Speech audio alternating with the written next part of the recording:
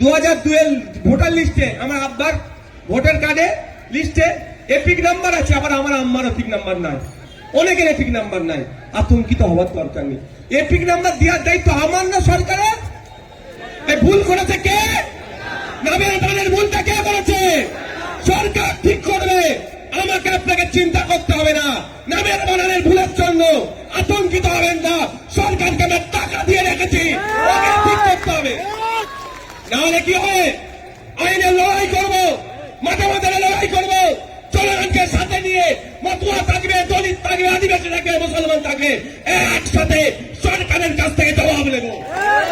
আমি টাকা দিচ্ছি, ইলেকশন কমিশন অফ ইন্ডিয়ার চিফ যে আছে তার মাইনে আমার টাকাতে হচ্ছে, কলকাতার অফিসারের মাইনে আমার টাকাতে হচ্ছে, আর আমার কাগজ তুমি কেন ভুল করবে? আমাকে ভয় লাগাবে কেন? আমি ওদেরকে জিজ্ঞাসা করবো।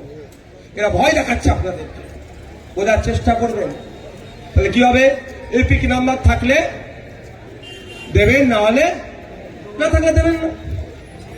আত্মীয়র নাম মানে ওখানে যে গার্জেন আছে 2002 সালে ভোটার লিস্টে ইনার ভোটার কার্ডে ইনার গার্জেনের নাম লেখা আছে, ওই মায়ের ভোটার লিস্টে আছে, ওই মায়ের গার্জেনের নাম লেখা আছে। স্বামী থাকলে স্বামী, পিতা থাকলে পিতা, যা থাকবে লিখে দেবেন। তারপরে আছে সম্পর্ক। প্রথমে লিখবেন নাম, যার নাম লিখবেন তার সাথে ওই ব্যক্তির সম্পর্ক কি। স্বামী হলে স্বামী, পিতা হলে পিতা, পুত্র হলে পুত্র। এরপরে আসছে জেলা। আমার এটা কোন জেলা? দক্ষিণ 24 পরগনা লিখবেন। রাজ্যের নাম কি আমাদের? পশ্চিমবঙ্গ লিখবেন।